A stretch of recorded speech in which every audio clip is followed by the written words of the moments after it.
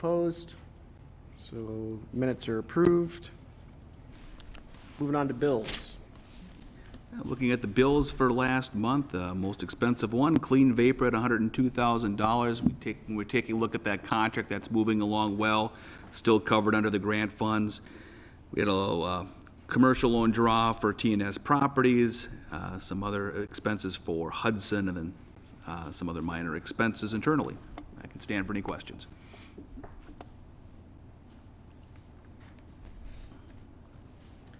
Absent any questions, entertaining a motion to approve bills then?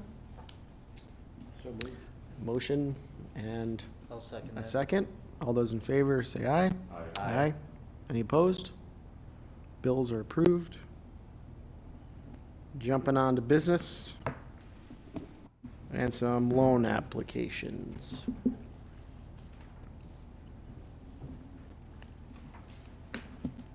We have received two interrelated loan applications for 214 and 216 2nd Street East. They're for electric system improvements for dwelling units that are above the storefronts. We followed up to make sure that the improvements are sufficient, that they're not just fixing one problem and not doing something more long-term in the buildings. The loan for 214, we would have a first mortgage position on that, and it's a loan of $6,327. And for, I should say 216 then after that, is $7,632, and we would have a second mortgage position. We believe that the loans ought to be made. We need to make sure that we help to provide safe housing if we want to continue to have housing downtown above commercial buildings. So we would recommend, there are two separate resolutions, one for each property. So happy to stand for any questions. Rusty, would the approval be contingent upon use of a licensed electrician as opposed to any arbitrary contractor? Or is that not? In their proposal, there's a proposal from Rivertown Electric, which I assume that they will use to do this work, and we would certainly be comfortable with that. If you'd like to put use of a licensed electrician, we can certainly incorporate that into the motion. I don't expect that to be a problem. And I think one of the other things that we have on here too is part of the requirements that we have for use of the loan funds require a building permit, and the building permit would only be issued to a licensed electrical contractor for this work. Perfect. Thanks.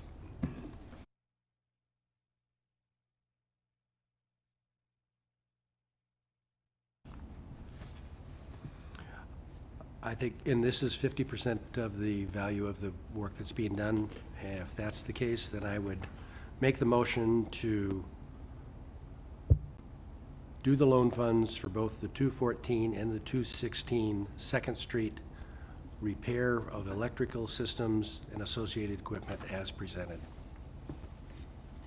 I'll second that. You have a motion and a second to approve it? Just a point of clarification, that would be then approving the two resolutions that are in your packet. Correct. Two resolutions as presented. So that on the table, all those in favor with an aye? Aye. Any opposed? That is then approved. Jen, you want to hop around and go to strategic plan discussion then? Let's start with the strategic plan discussion. That'd be good. So when we adopted a strategic plan earlier this year, made a conscious decision not to reach this point in time and update it. Again, we're going to come back at that in 2020. But there's a lot of things going on next year, and this is an opportunity over the next couple of meetings to make sure that we're all looking at next year on the same page. So John and I came up with a two-part discussion with the board tonight, really talking about how do we see focusing our energy in economic development in the coming year. answer your questions, and then in the December meeting, get your thoughts on things that we might have missed, and to the degree we're going to take any action just to finalize or reach consensus, if you will, on what our marching orders are for the coming year. So ask questions as I go along. It's not a very structured, a very formal presentation, and I've tied them into the actions that are in the strategic plan. So one of them is strategies related to for housing-related economic development. We certainly talked enough about that this year. High on my list of things to do is to create a report that I promised you back in June about housing needs and strategies to address those needs in Hastings.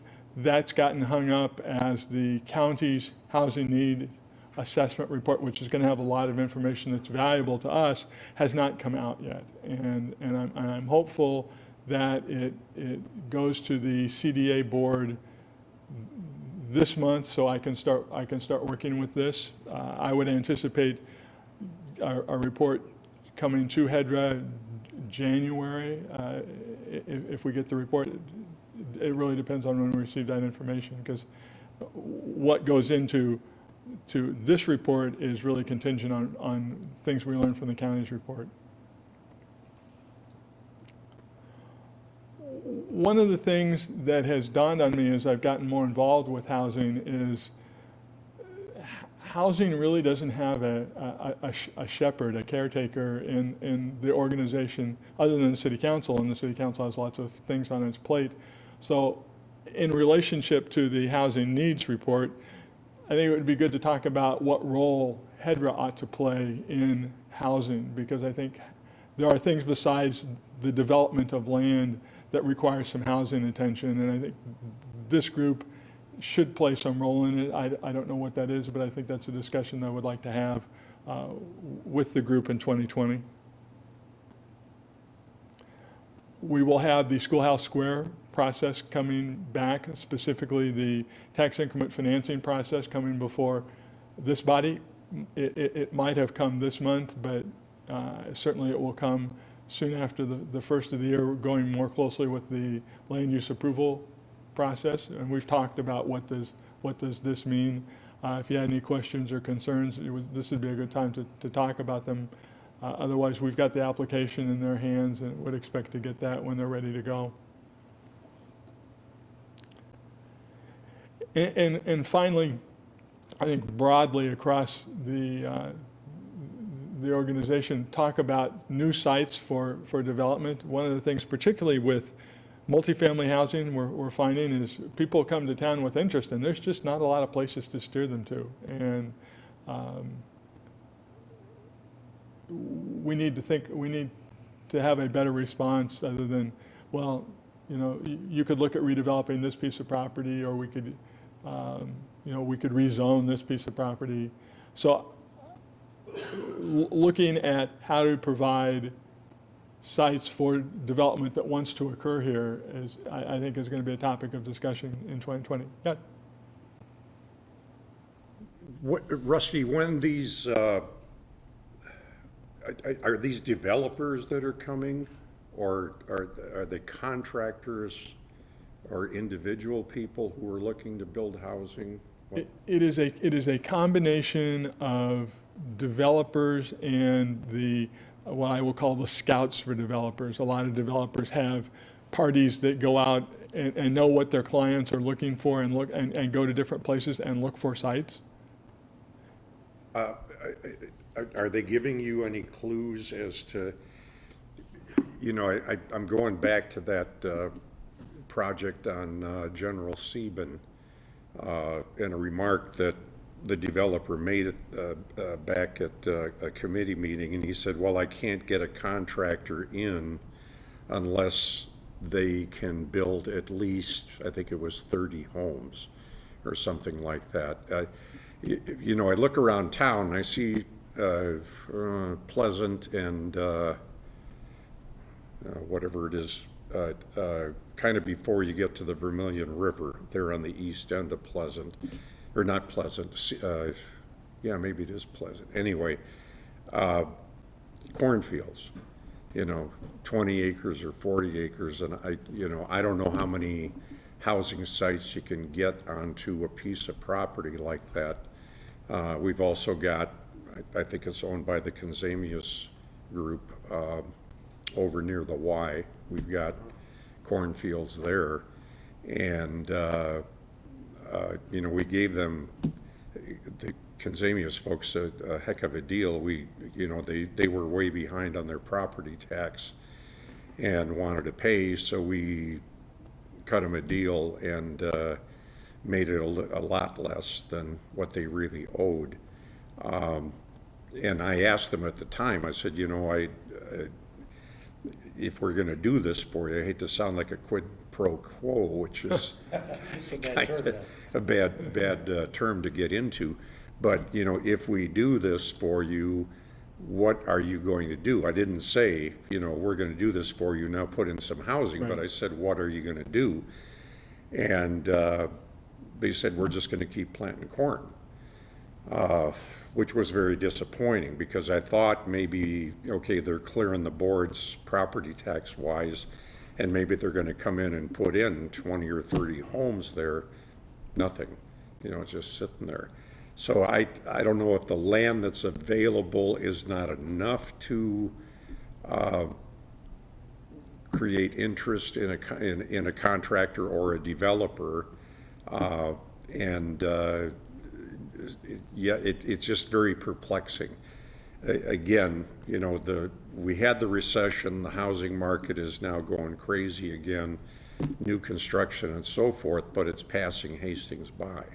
We're not seeing anything more than 7 or 8 permits for new housing, single family at least, per year.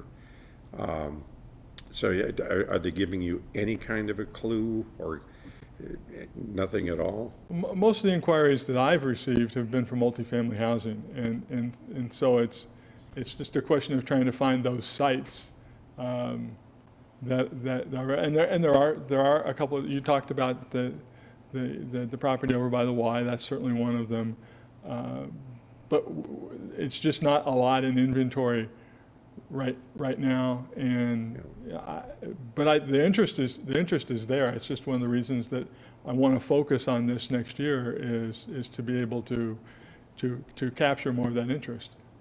Yeah, I know there's a for sale sign up in that cornfield on Pleasant as you get closer to the river. The sign is there, build a suit, or whatever they put up there for that. But that's been up there for 10 years, maybe more. And again, I don't know. I'm assuming it's zoned for R1 because it's all single family all around there. But how many home sites can you build? It looks like it's 40 acres. It may be less than that, but I don't know how many homes you can put.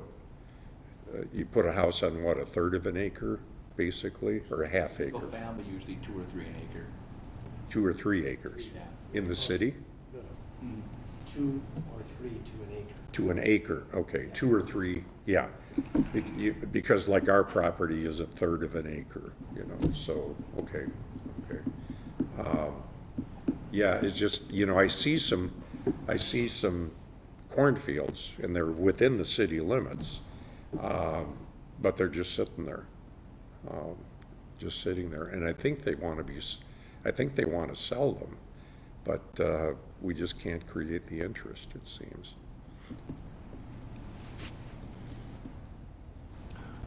Rusty, in your work on this, and thank you so much for doing it, I know the UBC site is quite limited. It's probably 2 blocks, so it's probably 5 home sites, but we would probably have an opportunity for apartment buildings there, or as you're describing. The other big one, of course, is Target, and with the change that's going on in retailing, climate, commercial, are we seeing across the nation more retail spots becoming housing spots, because it's a blank piece of land other than that building that's there right now.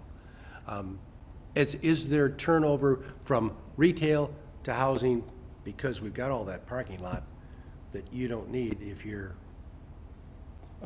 or you can build above it?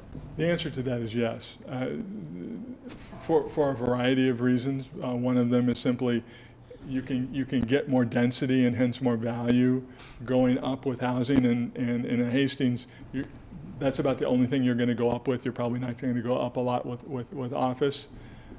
And there are examples of where that's being done. And more broadly, look at the regional malls, look at the Southdales, the Burnsville Centers, the Ridgedales. All of them are incorporating housing into excess parking. And that's certainly one of the things that could be considered in the reuse of the Target building.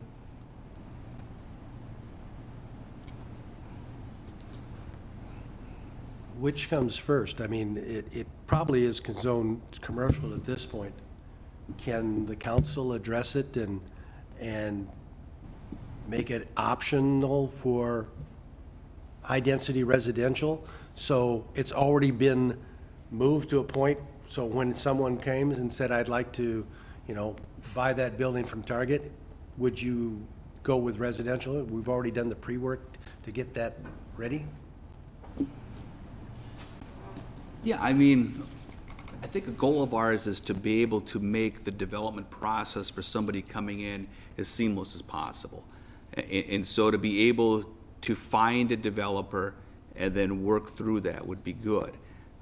There may be some hesitancy on perhaps getting too far ahead on changing a zone to something specific that may be limiting in the future for another use that might be considered. But I think the goal of what we're doing here is to be able to make sites more easily developable, and that includes the land use on that as well. I would not foresee us shutting the door on somebody that came in and wanted to do something different with the land use that seemed to make sense. Most definitely. Kind of getting back to what Joe was speaking about and our current lease or rentable properties that we have available. Interestingly enough, the last couple of weeks I've been doing a lot of reading about millennials. And I really feel strongly that we're missing the mark completely in Hastings on the type of housing that they're looking for. This is not going to be the first place they rent or lease from. In understanding them, we've got to remember that this generation of folks watch their parents and their friends' parents lose their homes. They're a little skittish about signing mortgages. Clearly, they are renting or leasing.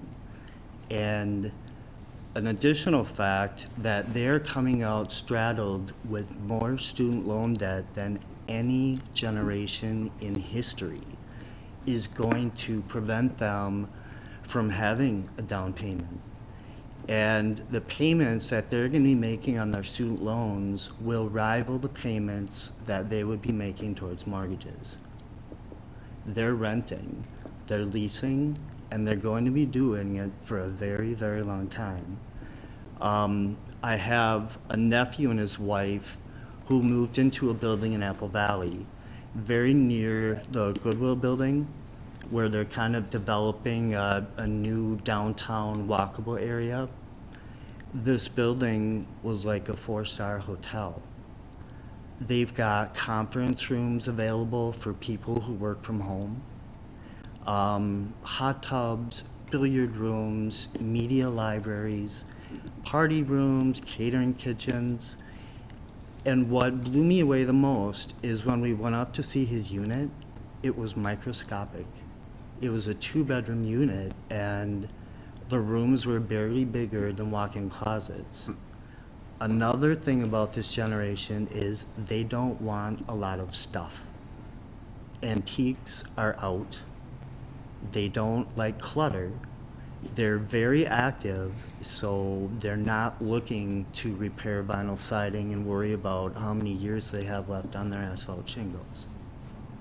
They're just very different concerns. And I'm very grateful for the rental projects that we have going up. We do have some very high quality and will be desirable to a segment of the population buildings. But has anyone been to Uptown? I mean, you're familiar with the area, but have you been there lately?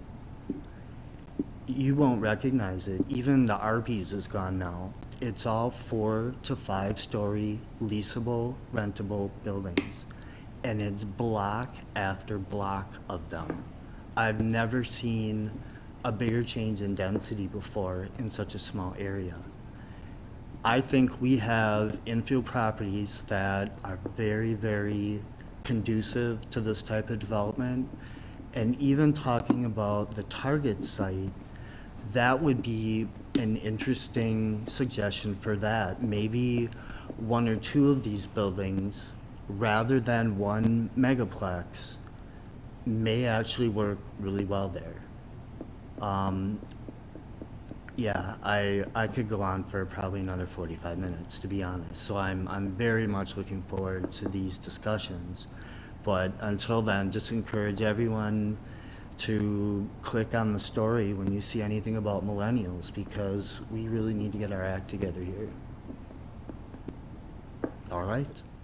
And, I mean, to underscore that and add to it, I mean, that Target property, you've got a library right there, you've got a Cub, a Walmart, law firms, you've got banks. It's a very walkable Yeah. area right there. And I've had constituents ask me, you know, how about senior housing there? How about apartments there? And it's, I mean, you're absolutely right. And you know, again, just to underscore, millennials don't want lawnmowers and. No. They want biking paths. Yeah. They want jogging trails. Yeah.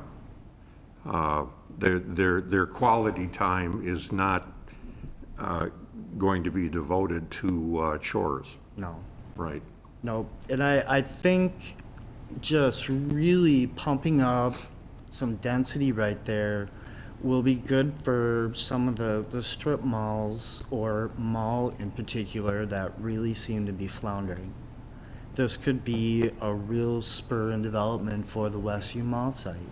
Now that they've got people with expendable income within walking distance, that would really change what could be the focus of that development. Right. I'm done. Thank you. I agree. Those are potentials, but I keep looking back at what role do we have as a city, either a council member or even on HEDRA. I think what staff is saying, we're trying to take the roadblocks out or be prepared if the market says, I want to put that high rise in on that property.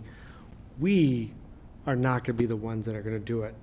But we got to take the roadblocks and be prepared, or put the amenities, the things that we can control, the bike pass, and make sure, but we got to make sure we maintain stuff. So a developer could say, I want to work with them. They're taking care of what they got. Look at all the amenities around here. Again, that's, I just remind ourselves, what is our role in this? And then what is our partners' roles? Because Rusty's talked about, there's hunters out there. These people get paid a lot of money to go find these places and find these locations. I think we just got to be available, and I think our staff is very good at accepting that phone call or that opportunity to have a cup of coffee about it and discuss it.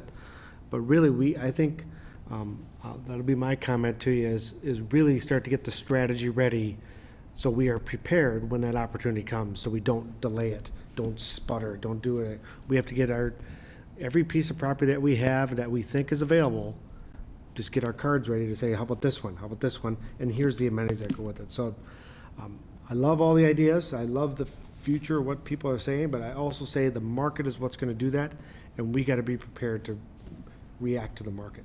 So, thank you.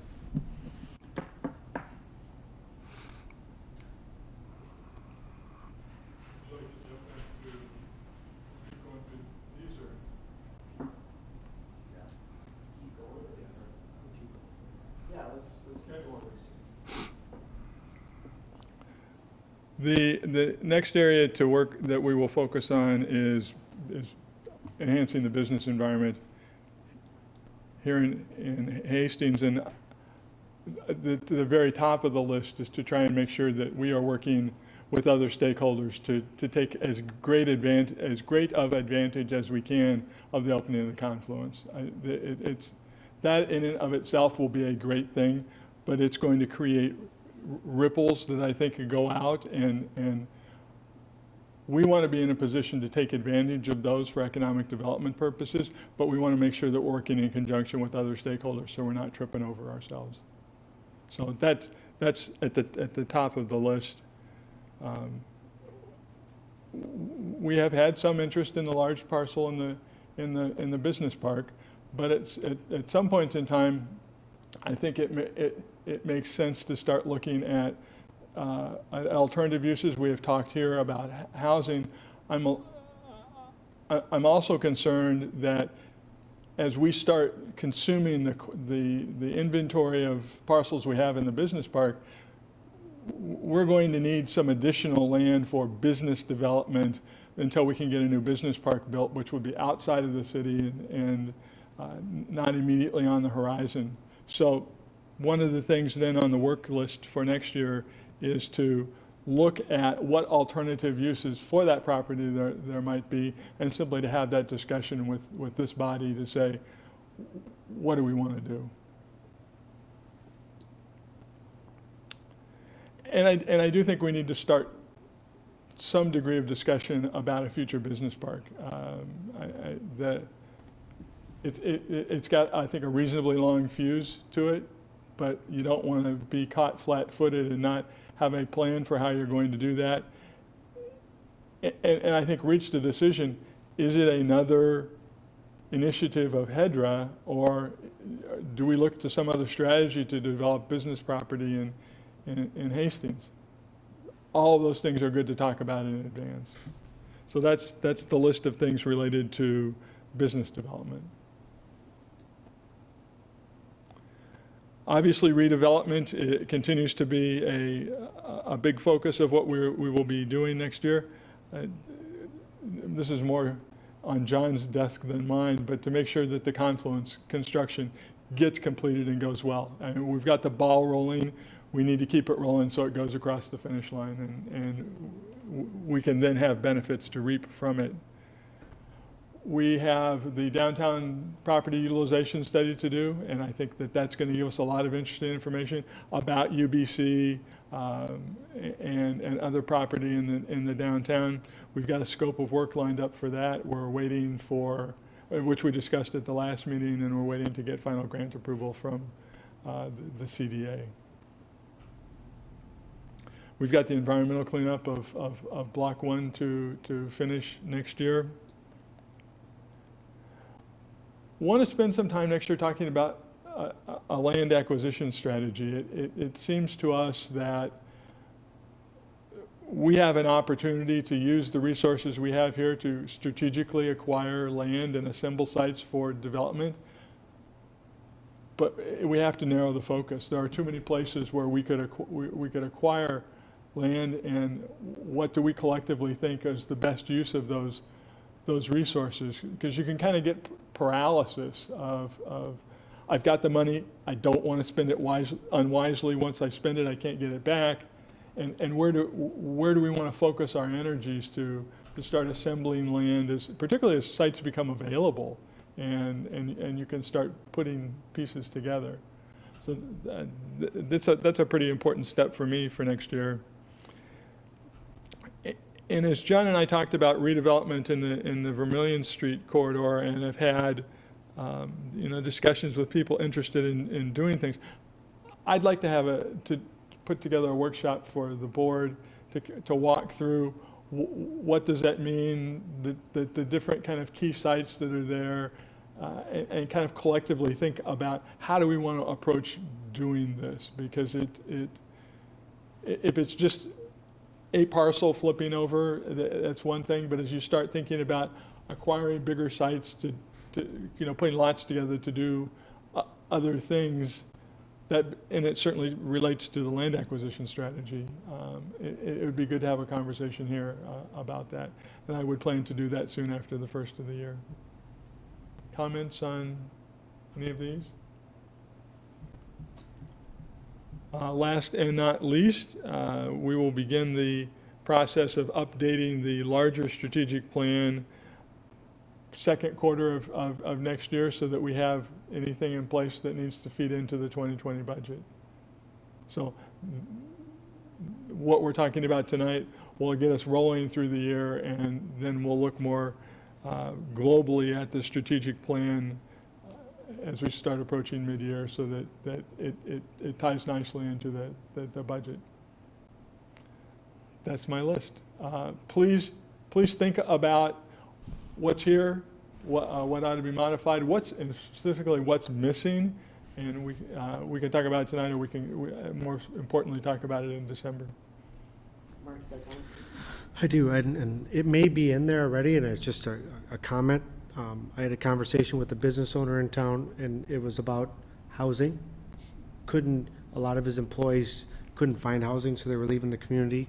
I like how we're seeing that, but I'd like staff to do kind of that deep dive and I think you kind of mentioned that find our partners out there, because they're really the ones that are listening to their employees saying, I would really like to have this kind of house or this place. I don't want to live there. I want to live where the community I'm at. I think the chamber's going to be key in this too.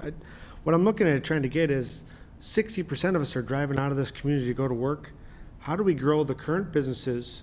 That's another strategy I think that what I'm getting at is workforce. How do we keep our workers in this community to grow the current businesses, or what business can be created so our residents say, I would rather work here. I don't like driving to Minneapolis. I want to find a reason to work here, but I need this, this, and this. And it's most likely to be money.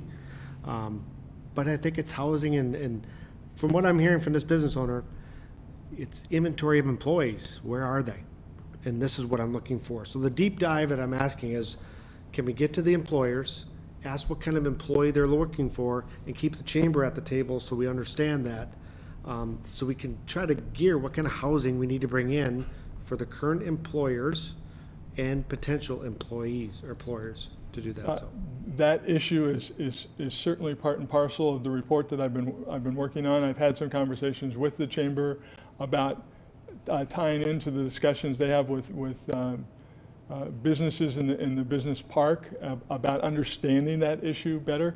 You are absolutely spot on. That is an important issue here about how do we capture the thousands of people that work here and don't live here, and why don't we, and what steps can we take to try and provide more housing for workforce. We've also been in conversation with the Dakota County CDA, if you recall, those of you who were at the joint meeting with the CDA executive director made a presentation. One of their big initiatives is to do workforce housing projects, and I followed up on that immediately, and they're just not prepared to do another one right now, but they know we're interested in having a workforce housing project here. So absolutely, that's a critical issue.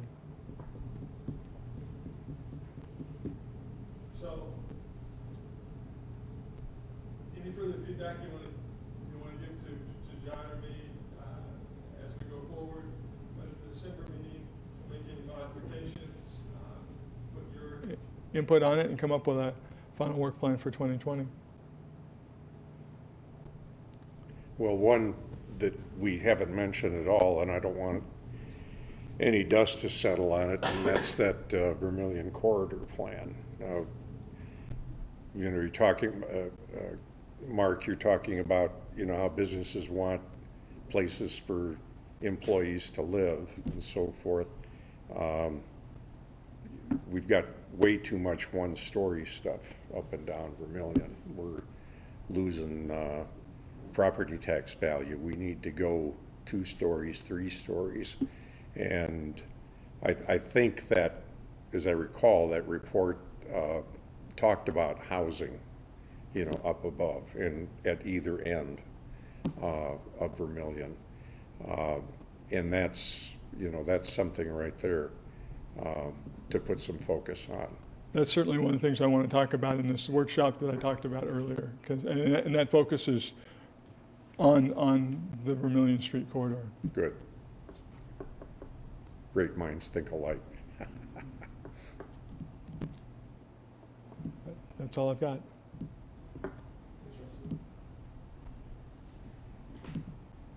Okay. On to Matt Snyder's discussion. So just to kind of set the stage for our discussion this evening, at the last meeting, you approved a 90-day extension of the purchase agreement. Rounding that out, we took it to January 31st. The agreement was executed on October 31st, so it was executed before the agreement expired. And the agreement included a list of information to be provided by Panache prior to for December 31st. The board action was information to be provided within the next 60 days. Those terms were included in your packet. Subsequent to that, Amita has informed us that she'll be out of the country in January 2020, and to continue the work that she needs to do, she wants a detailed boundary and topographical survey for the property, and has requested the following items: that the agreement be extended to the end of February, and that we provide the survey information she needs, and it would further like an additional meeting to discuss the process for moving forward. So with that, Amita is here to discuss the issues with you, and I will turn the podium over to her.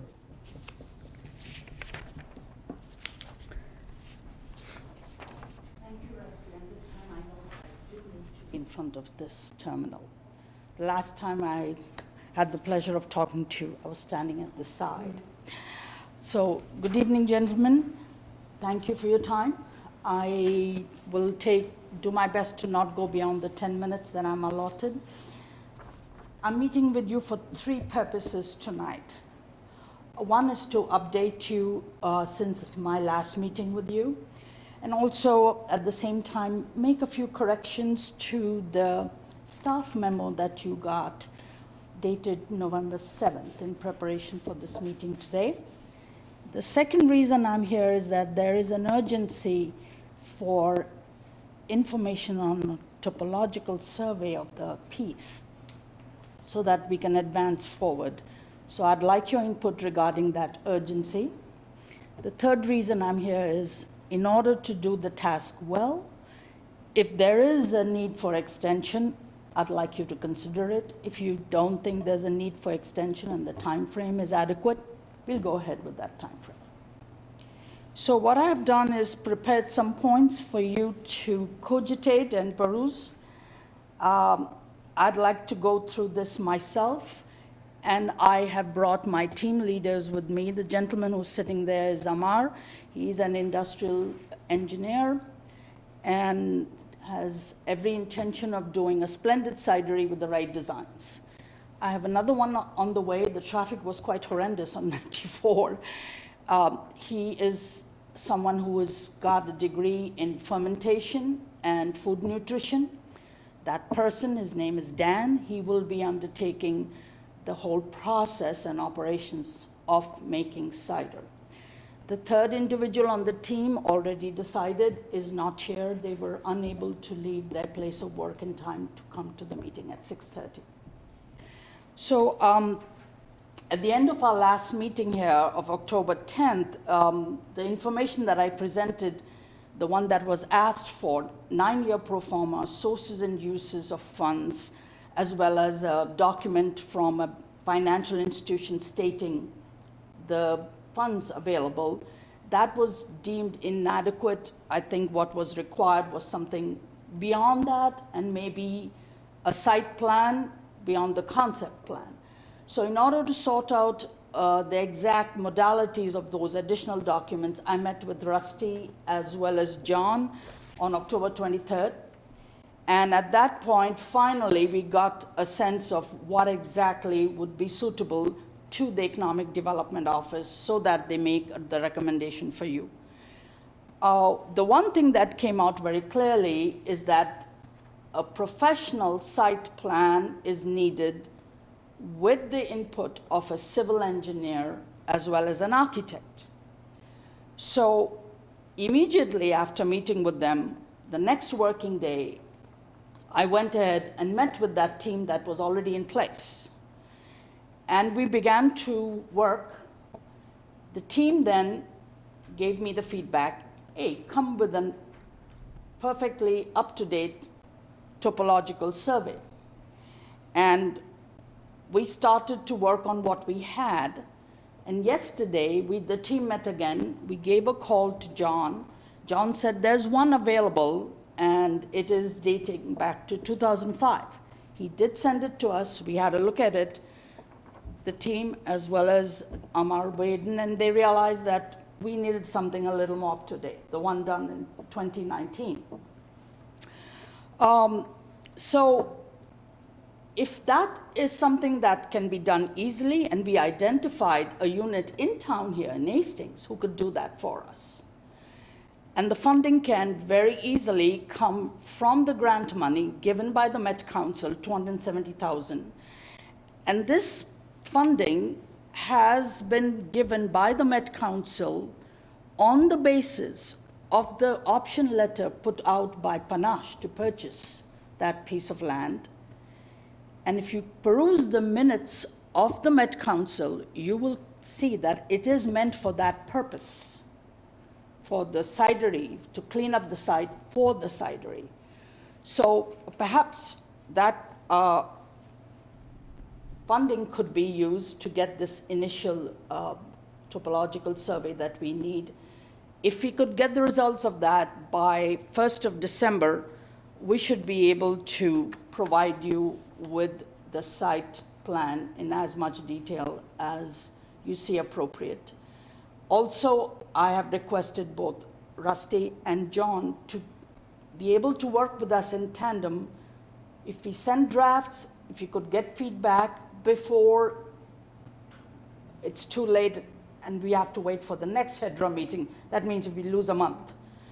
And instead of that, if you could work in tandem and get the feedback so that we don't have to wait till the next meeting to figure out what the staff is thinking and what all of you have decided to do, that would be lovely. So that being said, I've covered the 2 points. Now I'd like to cover the third one, please, which is regarding some of the items mentioned in the staff report. One of them was that there has been no official engineer or architect or even financial institution contacted. Frankly, yes, they all were as soon as I heard about the grant, which I heard in July. I did not hear that from the city of Hastings. Folks I know in the Met Council congratulated our team and us, saying, oh, you won the grant. So since then, I have a team in place. I've just been waiting to figure out the exact deliverables that you need, which now we have a better idea of. So the team is very much in place. There is a chemical engineer, there's a civil engineer, there's a lawyer there, there's an architect, and I'm talking to 3 banks. The second item in the staff memo was regarding the utilization study in downtown, and some of that has been referred to in the earlier topic as well. I would like to please request you commissioners to, in that utilization plan that you're doing, to include the Panache Cidery and the funding that was received of 270 be used for that site, for Panache Cidery, and not for something else, because that is what the grant was for. And I'd like to make sure that we do indeed use it.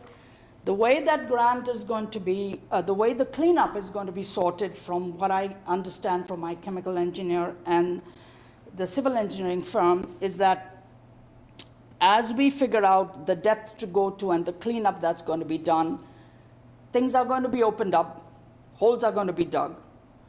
At the same time, instead of closing those holes, filling them up again and opening new ones to lay your foundation, you might as well immediately start, do the foundation, get the building going.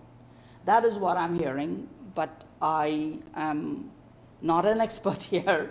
So if there's another process that is to be put in place, we are open to it, but we would like to see those funds being used for panache cidery and not for something else. And then finally, the memo also stated our lack of expertise in the area of the business we are putting up, cidery. So I thought I'd let evidence speak for itself. I've got you some of our wares, which you are welcome to enjoy at the end of your meeting. We have cidery, we have manufactured our cider. We are part of the Minnesota Cider Guild.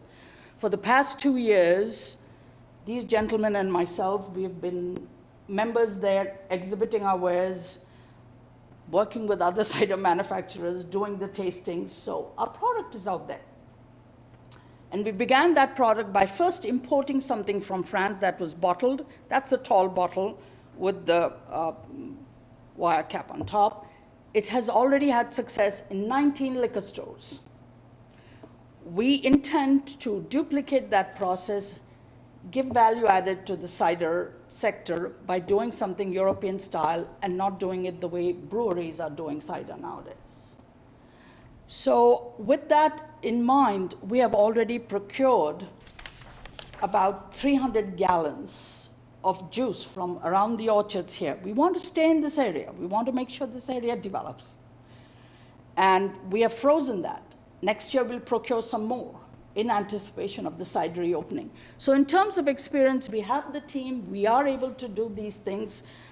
I do believe that we can deliver the goods. So that briefly is all I wanted to say.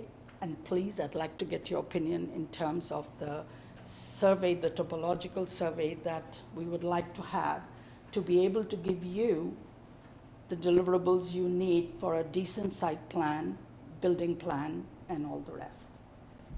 Thank you. And please feel free to ask Dan as well as Amar any questions you wish about what the cidery is, what the process is, what it does to the location where it is, the kind of clientele it attracts. They are already working in this sector. They're working at breweries themselves right now. They've got first-hand experience. They're much better than me to give you an idea of what's going on. And they are the right age group, too. Thanks, Rita. Yes. I think we're going to have a few questions for you, so we're just going to pass the mic around here. Mark? Thank you. I just want some clarification. Thank you for coming down today. And I don't have any question about the product or how it's done. I appreciate you guys coming here. I want to come back to the property that we have today with an agreement, and I'm looking more for a clarification because the $270,000 grant for the Med Council was to the city of Hastings, correct, John? That is correct. That is correct. The grant was specifically to the city of Hastings for cleanup of that site, environmental cleanup. The funds being used for things other than environmental cleanup on that site, I do not believe would be eligible. Things like topographic surveys, downtown planning, certainly would not be eligible under that. And I think that's important, and I think also what I made a note here, I think it sounds like, Anita, you've had some discussions with your Met Council connection. I strongly suggest that the Met Council calls the city of Hastings, because that's who owns the property, and clarify what that grant is for and what we can use it for, so we don't get too far into it thinking, oh, I think I'm reading the minutes, I get minutes too, but I also want to hear from the Met Council, from the decision maker saying, here's what that grant can be used for, so we don't send you off on a path that's thinking that it's available, because I want to make sure we follow rules with Met Council because we work with them often, and I want to make sure that we are using the grant the correct way, that they are allowed us, that we were awarded it. So that's my only clarification. Thank you. John, would you take the lead to do that, please, or should I? We be have that, taking yeah, the we have that already. We have a grant agreement on there that specifically has line items of use for that grant, and they're all tied directly with the environment to cleanup based upon the response action plan developed by our environmental engineers, which states there's soil issues on the property that need to be taken care of and soil vapor issues. So it's very specific as to what the grant can be used for. So there's not deviation from that. And the fact that to do that sort of thorough cleanup, you will still need to know the spots and the places where you need to put in additional time and effort, which that will not require a more recent survey? We have soil borings that we went off of as part of the environmental analysis of that site, and we have a cleanup plan based upon that. Could you share that cleanup plan? Sure, I think I have already, but All I right, could if do you that have, already. then my apologies. I will, let me know. Sure. And I can, and make, perhaps that could be the base then for the civil engineer and the architect to draw up the site plan. Would that be amenable to you folks? Again, There's concern for time too. if I can address that point for just a second, I think what Mita had brought up was the desire for the city to pay for the topographical survey on the property. I had shared with her in conversation the other day that it's my belief that that type of information should be at the expense of a potential developer. When we looked at that site development in 2005 with the Sherman Group, they put together at their cost a topographical survey of the property in which I shared with the group there. It might be in their best interest to contact that engineering firm directly because they have the information on hand, and perhaps they could offer a less expensive rate to modify that one. But I do strongly believe that that is part of the cost that should be borne by the developer for the development of the site.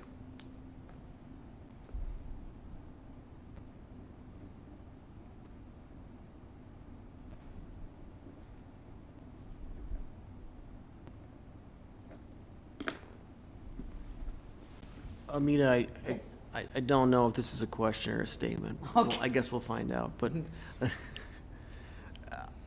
I can appreciate the desire to kind of create the grant as a strong leverage point. Certainly, there was a sequence of events, which was, a proposal, and I don't want this to sound disrespectful, but, the original purchase agreement and $1,000 refundable check was a one-page, Yes. document.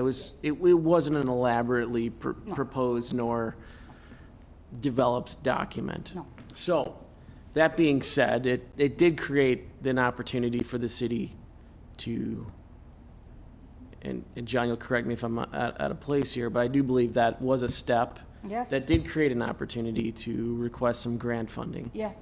which subsequently, initially that was rejected, and then round two, it was successful. That's right, and that was the delay, sir, that was mentioned in the staff memo that put in too much time. It didn't come from us. The grant was refused. You're absolutely right. Correct. That being said, the way that you've presented it is that there is a direct correlation, and grant money, this is the way I'm interpreting, that there's grant money contingent upon a panache development, which is not the case. Well, that's It's my not tied to specifically a development of panache. Were that the case, that, Met Council would have likely had to evaluate the business in and of itself, to tie it to the business. Okay. It's tied simply to the idea, or at least, whatever that original document was called. It's not a purchase agreement, it was a letter of intent, right? Yes, it was. So, I don't know that those are necessarily, they're not irrelevant, but they're certainly not, they don't correlate to a direct intent to act on behalf of panache necessarily. I don't think any of us would argue that we would not use the grant money if it was deemed eligible. If there was a reason, if Met Council approved that, I think everybody would entertain the idea, and we'd all entertain that on the merits of whether or not we think that's appropriate or not. But historically, as a developer myself, I've borne the cost of trying to figure out if a site is a good potential site for whatever project we're kind of trying to move forward. So I would agree with John that outside of it being deemed eligible to use some grant money, I don't know that that would be necessary. I would agree with John that that's not on the city to bear that cost, that's going to have to come from the developer. Okay. And if I could add on to that, Scott, as well. I mean, I think it's part of the larger point that we're trying to make through the memorandum here, and that's this. We're in a situation right now in which we're arguing about who should spend money on a topographical survey on this project. This project is a large endeavor.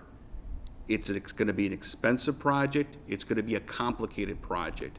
It is incumbent that people are involved in the development team here under contract that have experience and the know-how to put together good numbers and good expectations, because we've put a lot of time and a lot of capital into that property over the years to clean it up, to buy it, to clean it up, and to prepare it for development.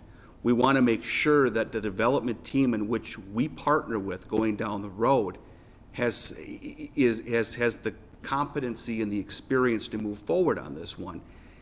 And there seems to be, it was brought up at the last meeting too, I think, from some of the discussion here among the board.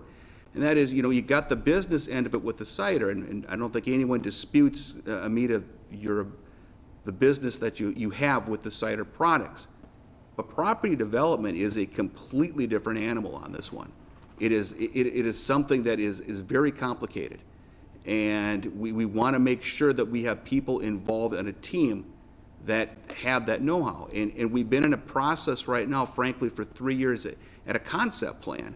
And it hasn't developed much more than that. And it's been like pulling teeth to get more into it, more detail, and more. There's going to need to be funds that would need to be spent by the developer. That would be a risk, frankly, in order to make this happen. And I think, as we shared in the memorandum, we need this information on one hand, but on the other, we also have concerns about whether this project has the capacity in its team right now to buy and develop that property to make it happen. And we're almost skittish to even ask for that money at this point, to have to ask for that money to be expended, because we're unsure of how this project would come about. Fair enough. And I think the ampler and the urgency of this, it took us some time to sink in. So fair enough, I don't doubt that. And I respect and take your decision about the grant money not being used to do the survey. I can always cross-check it, but I accept that decision. Now, given both these elements, should we need a little more time, the architect and the civil engineers, to give you the deliverables you seek, would you gentlemen consider an extension? John is right. We've been talking for the past 3 years. Every year, John is aware of the fact that I'm gone in January. And I'm actually going to go visit cideries there. That's what I do in January. So I will do my best to deliver it in time. If not, I'm requesting you to be open to take it a month beyond January for those deliverables to be on your table. And I'll leave it at that. And just a point of clarification on that too. I think we have there's a couple of different deadlines we're looking at. One is for the extent of the agreement itself, which in the extension is till January, I think 31st, 2020.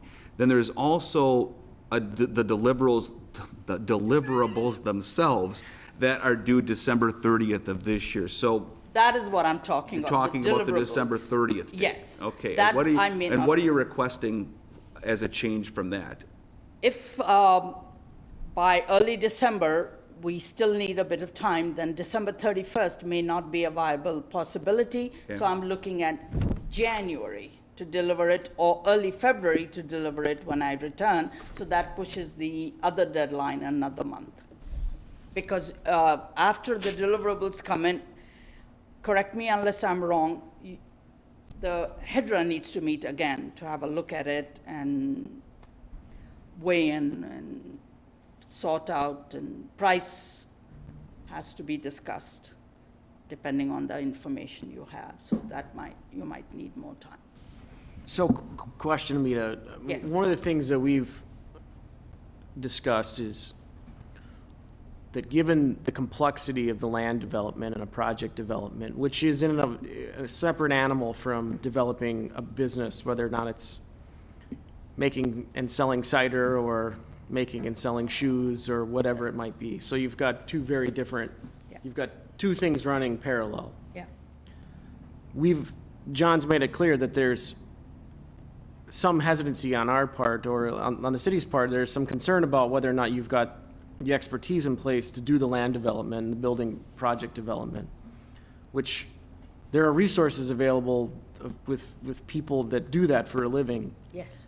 I'm just curious if you're amenable. I mean, granted, there would be a cost associated with this, but it seems, let's stop short of necessary, but it does seem prudent to consider that, given, how long it's taken to get this far, and still having legitimate concerns about how the pro forma was presented and whether or not we could even determine a likely outcome for the business and the land and the project. So I guess that would be my question. Would you consider that as part of an extension to engage with some development professional to kind of help you guys with this process? It seems like it's time to consider that.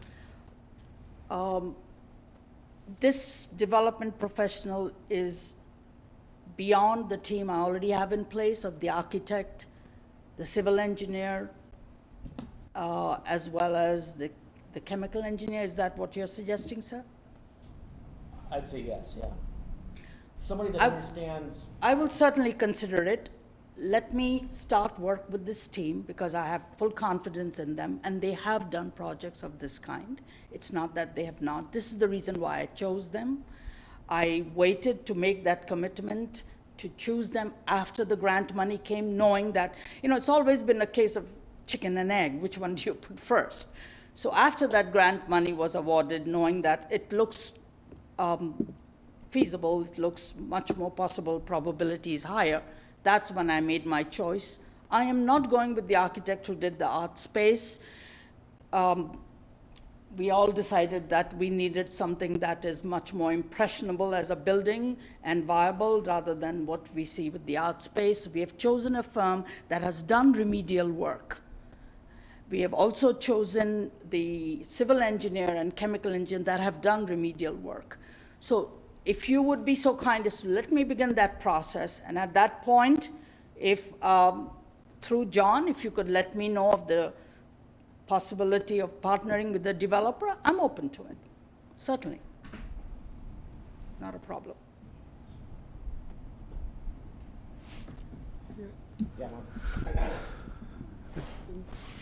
Just an observation. I'm wearing this hat on this side of the table, but I also understand where you're at over there. And what I'm a little bit hung up on is we have an agreement on that piece of property. The business model we've asked, we've talked about, could it work somewhere else? But I'm worried about, as we keep extending this or looking at extensions, who are we blocking from a potential to come there? Now, if we were to take away that block, I would encourage this group to say, we're in a horse race now. We got to get there before someone else does. We're putting a value, in my opinion. HEDRA owns a beautiful piece of property next to the river that nobody else has. This group seems to understand they want that. We don't know if, right now, with this $1,000 check and this agreement that we keep extending, we may be blocking a potential, another great one, but you know what we might be blocking as a potential partnership. And we may find someone that says, I've been watching this one, how can we be partners? And we may be the conduit to bring these two together.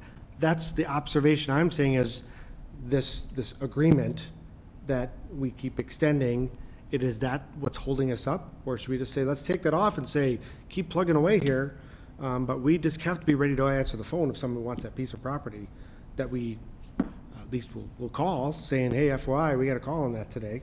So that's just an observation from both sides thinking that we as HEDRA own that piece of property, and that's what our job is, to help put the right, somebody that wants to go there. So, sir, are you saying that what's the conclusion that you want me to take away from your remark? I don't have any conclusions. That was an observation, because I don't know what it is yet. I'd like to keep our colleagues talking about. Well, I think what it comes down to is we need a commitment, Sure. all right? We need some plans. As an example, up here at Schoolhouse Square, Right. they want to put in a 93-unit apartment building, 3 stories, 4 stories, whatever. They came to us with architectural plans, all right? They're showing a commitment on their part to move forward with this. I get a sense that you have a great product and you have a lot of initiative on your part personally, but I get the sense that you're maybe holding back on a financial commitment for whatever reason. Either you're looking for, development options financially with a bank or mortgage company. I don't know. But before I would be willing to say, okay, I need to see what you're going to do. I want to know where the boilers are going to go. I want to know where the cauldrons are going to go. I want to know how you're going to bottle the stuff. I want to see that.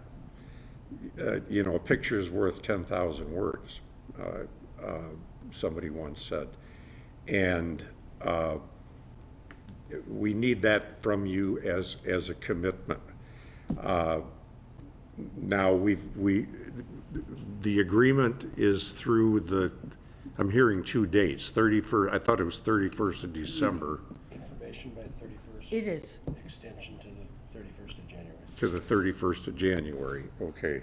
I would think if we extend to the 31st of January, you've got 75, 80 days, including what we've got here in November, to get an architect, an engineer, to sit down, start doing the drawings, and come back to us. It's imperative that be done. I'm willing to do that, but if it doesn't happen by the 31st of January, I think we need to, cut the line and start looking for something else. It is ironic, we also owned the Hudson property for going on 5-6 years or so, and have been working with the developer, and they've had some problems along the way, some self-inflicted and some from outside sources. But they were moving along with it, and as long as we saw that they were moving along with it, we tried to show as much patience as possible. We asked for drawings, I believe, at the last meeting. We don't have them yet. And we need to see that. We need to see that sooner than later. Certainly. So that's where I'm coming from. I've tasted the product. I don't know if you remember, but I was part of the council committee Yes. that met with you, and we were all very excited about what you had to offer. And yet here we are at this point. There's only been a $1,000 commitment on your part. And I know an architect is going to cost, and an engineer, and getting your bids from contractors and so forth. We need that commitment now. We need that financial commitment on your part. Certainly. let me put something forward here, and I'd appreciate some feedback. The plans we submitted, including what I did last time, coming from Amar, they're not adequate. You need something much more substantive. I'm going to work on that. The team's going to work on that. We're going to run the draft through John and Rusty, or John alone, whatever. And I would work with my team and do my best to not ask for an extension, get some of those plans out. If that works, there's no need for an extension. But if you want something more additional, deeper, wider, well, then we might need, it is the holiday season, and we might need a little more time. So let's go on these 2 stages. Would that work? Well, I think there's an assumption that when you come with your drawings, there may be suggestions or objections, and so there will be some give and take. Correct. Which may or may not be solved on the night that you bring them all here. Correct. Either to the staff or to the meeting. Correct. And then we go from there. I don't want to project, what we're going to object or suggest in terms of additional things. That can be part of the process, yes. So, but let's get something going so we can Yes. at least start the dialogue. Okay. From that standpoint, yeah, and the sooner the better. Okay.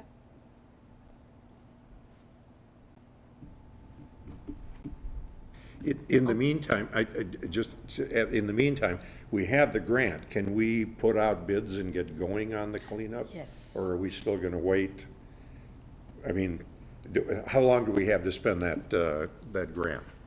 I think it goes through 2021 to spend it, but we certainly don't want to wait till that time to spend it Right. if we can. So we'll work through the winter to put the documents together so that we can start this in the spring. And that does include everything from art space to the river then? It's not just a portion of that property? Right, right to First Street to Art Space, there's a little riprap between the river, but. All right, and so the question of the surveying, if we start work with the cleanup, is the city gonna have to decide what the boundaries are for that? How are we gonna know what the boundaries are? For the You're cleanup saying itself? you're saying that you want a survey from, Well, part of it goes into the cleanup itself. The cleanup plans that we have right now are based off of the concept plan that was drawn up by Panache. okay, And there's different tolerances for what is underneath the building as opposed to what's underneath parking. Right. So if the plans substantially change, that's also going to lead to a change in our cleanup plan as well. Right. So we're a little bit hesitant on pulling the trigger on a contract until we really have a good understanding of where the building, parking, and other related things, soil disturbances are going to be on site, because that's going to have effect on our eventual cleanup plan. okay. So the money that we have with the grant, it could potentially cover everything?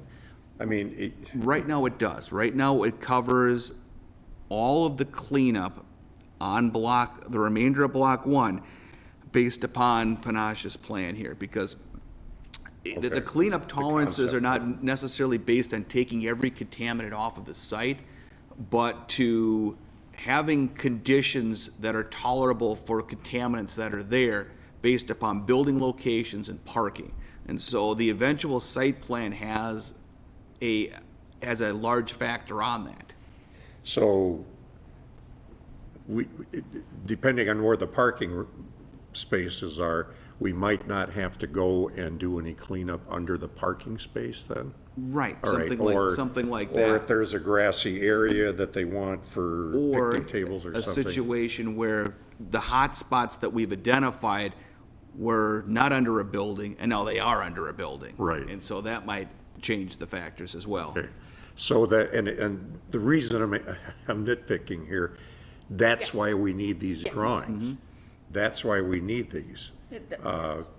So we know exactly, Yeah. when we hire a contractor to go in, we can say, here, this is what you need to worry about. Okay. 2 feet under the parking and 10 feet under trees. But you got to tell us where you want it. Yes, and the concept plan that you have on file, that's not going to change. We may flip a few things, but we'll give you a lot more detail. Yeah. That concept plan is quite firm. All right. I really hope this works. I hope I'm very excited about it. I was 2 years ago when you first met with us. And, it goes well beyond a trinket shop, antique store or something. I mean, I got to be careful. I love what's going on downtown. But we are always looking for something that is really going to be a different kind of a draw, which is going to help all of the businesses downtown then. Well, sir, I would like that too. This is the reason why we are not just going with one floor and the cidery. We are doing a mixed-use building to respond to some housing needs, some other needs, and to make it a mini community that attracts others as well. And you've got the apartments that Yes. and so forth. That's Yeah. very exciting. Yeah. It And is. I have been told by the architect that they will do their best to make it such that we will be able to incorporate some solar energy in there if we have to, as well as maybe some partial use of resources that are readily available that should be reused, like the containers that I began the conversation with all of you a couple of years ago. So we'll see what we can do, and these two young folks have been a huge support, and we look forward to having more of these come here and be part of Hastings. John, just to be Thank you. clear, the deliverables that we're expecting will include a resolved pro forma and a purchase price, correct? Is that- Yeah, You understand that's got to be part of this, because, I mean, that's an elusive thing at this point, which It is, is, yes. the city's established the value of the land. At some point in time, some offer's got to be made based on that and a associated pro forma. Otherwise, even with plans, there's nothing for us to talk about. That we can't decide on a purchase agreement without some proposed price. Just a point of clarification on timing. If we do not change the option agreement that exists, it is likely that the material will be submitted after your December meeting. And if you consider it at your January meeting before the option agreement expires at the end of January, Amita will be out of the country and unable to participate in that conversation. I do apologize. I thought I'd already informed the staff members of January. I've been working with John for so long, I thought he knows all my habits. I propose that we leave everything as is, that Okay. deliverables are expedited, and at the point where enough information's been presented to warrant an extension, then we entertain it then, but it seems like it is time to expedite this to every extent possible, and an additional extension, I think, is just gonna delay this inevitably, so that would be my proposed resolution. But I don't speak for everyone.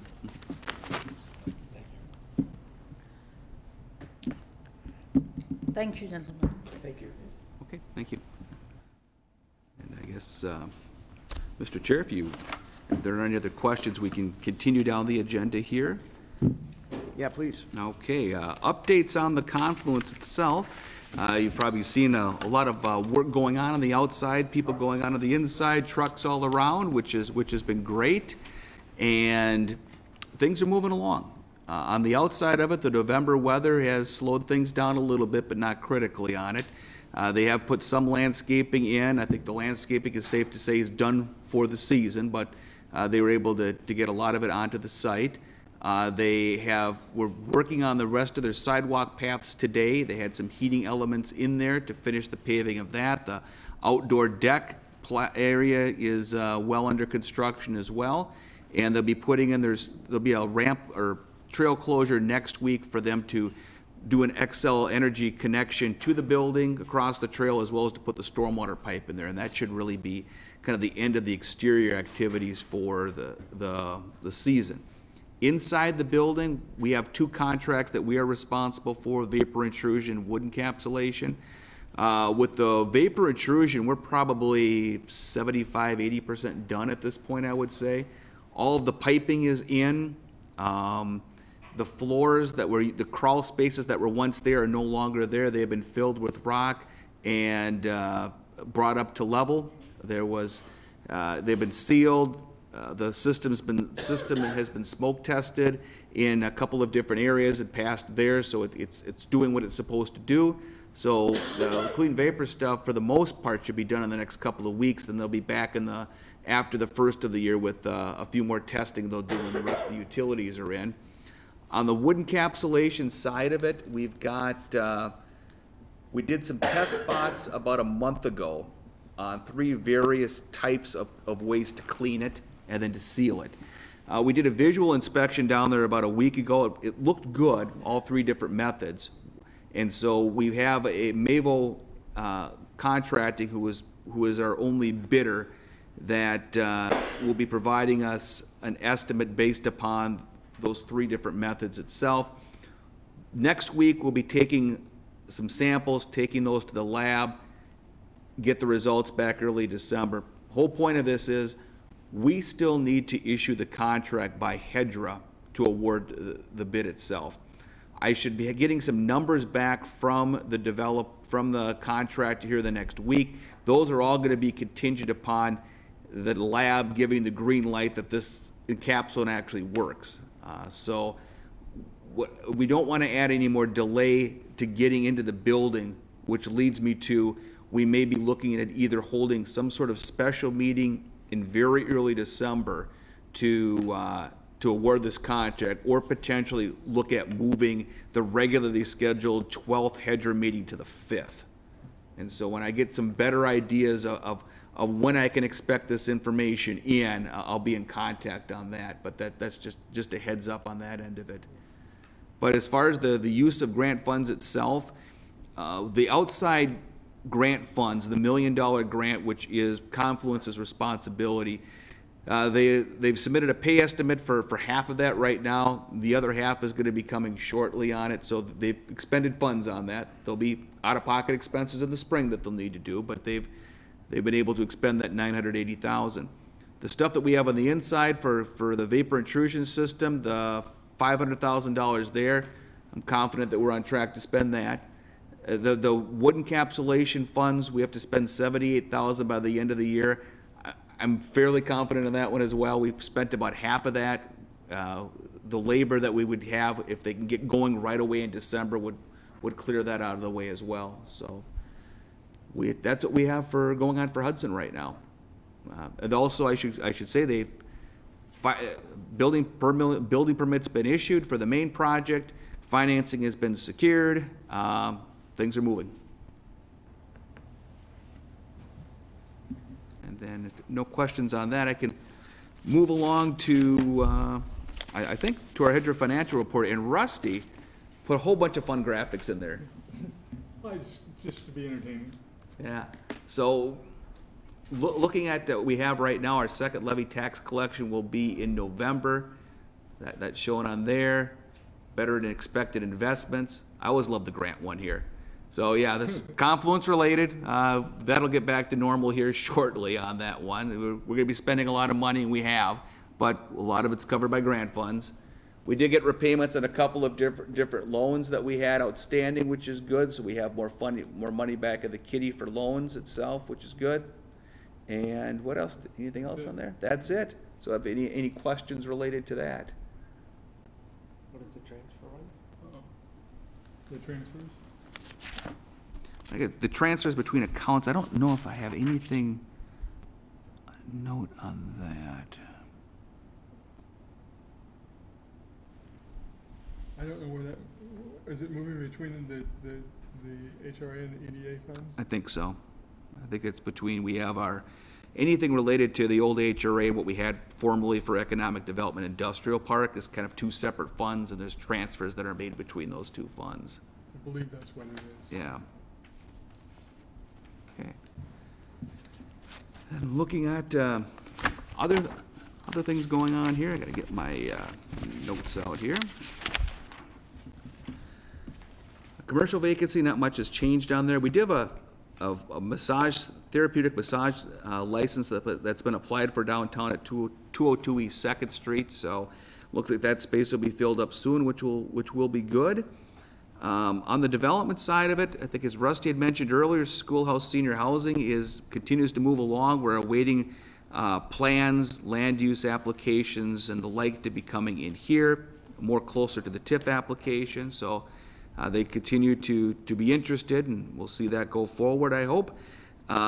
We're also working with the Planning Commission on an ordinance amendment to look at a way to provide the ability to add additional housing units to historic structures, larger historic structures, I should say. And we have situations now where we have some larger historic mansions that are either underutilized or difficult to sell, and there's been other pressures that have come on to change these things and to invite uses in that may not be acceptable to the neighborhood. So Justin Fortney did some research, found that some other cities in similar type of situations within their zoning code specifically have allowances for historic structures over a certain size. We're using 4,000 square feet. And so it would provide another means of income for people to invest within those properties, that they could have a couple more additional units than what they would typically have under typical zoning for that district, which would be maybe up to 2. And so we talked about that with Planning Commission this week. They were receptive to it. We're going to have a public hearing and some further formal discussion of that with them in early December. So that'll be interesting. Yeah. Are you talking about, so you've got a historic house, and so are we talking about the owner could put a garage in with an apartment above it, kind of? Nope, it would just be the main house itself. The house itself? Yeah, like take Rosewood, for example. That's been vacant for some time. Yeah. I think that's 7,000 square feet. You know, currently, it could only be allowed 2 units. Under the proposal, it could have maybe 6 or 7 in there, but it'd have to be within that existing structure. It wouldn't be something new constructed. Like the Van Dyke Mansion? Right, exactly, for example. exactly. Okay. All right, so within those parameters. Okay, thank you. I have a couple comments also. I would be vehemently opposed to that. The only way I could see it actually working is that there's a stipulation that the building must be owner occupied. They can carve out as many other units as they want. The owner must live on the property. It'll go downhill from there. Once these buildings are changed, they almost never become single-family homes again. And if they're not owner occupied, things don't turn out so well, I guess. We'll just leave it at that. But I think if you got the owner in there, they're gonna have a much more vested commitment than if they're just gonna turn it into a corporation and start buying old houses around town and chopping up into apartments. Yeah, I mean, is there such a thing as an ordinance that says it can only be homesteaded then?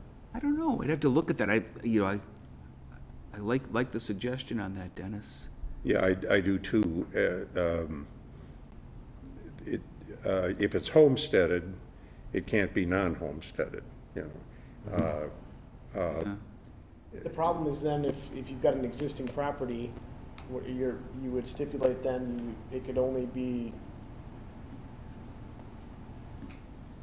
redone and multiple units as long as it was done by an owner-occupied buyer. Right. That's what that would turn into. Yeah. That would limit your potential. I mean, the problem is those properties aren't finding buyers because currently you can only turn 7,000 square feet into 3,500 square foot Yeah. rentals, which is not nobody has to do a pro forma to know that's not gonna work. So you'd have to find somebody that wants to live inside of a sixplex or a fourplex or something like that. I'm not saying that maybe there are potential buyers in that realm, but I think that'd be unusual to have somebody want to buy a development that they're gonna live in. I would question why they're buying it in the first place then. I think it's a unique responsibility for someone to acquire an historic home anywhere. It's an absolute labor of love. It's a financial money pit. I just don't see that coming from someone buying these properties, not living there, and splitting them up into units. I guess that's my only concern. Thank you. Yeah, and I think the concern, we had some planning committee discussion on that as well, and the typical, we had a very similar type of discussion related to, how do we ensure that the value of these properties is maintained? And so I think that's the crux of the issue there is additional density on there, how would that affect valuation? Right. Okay. All right. And then the only other thing I had here is coming up on the 19th, we are recommended to be awarded for a $15,000 grant to help us with our downtown property reutilization study. Thanks to all the hard work here by Rusty to put all that together. And so hopefully we'll have that in hand. And that's all that I have. All right. I think that wraps it up. We can entertain a motion to adjourn. Also move.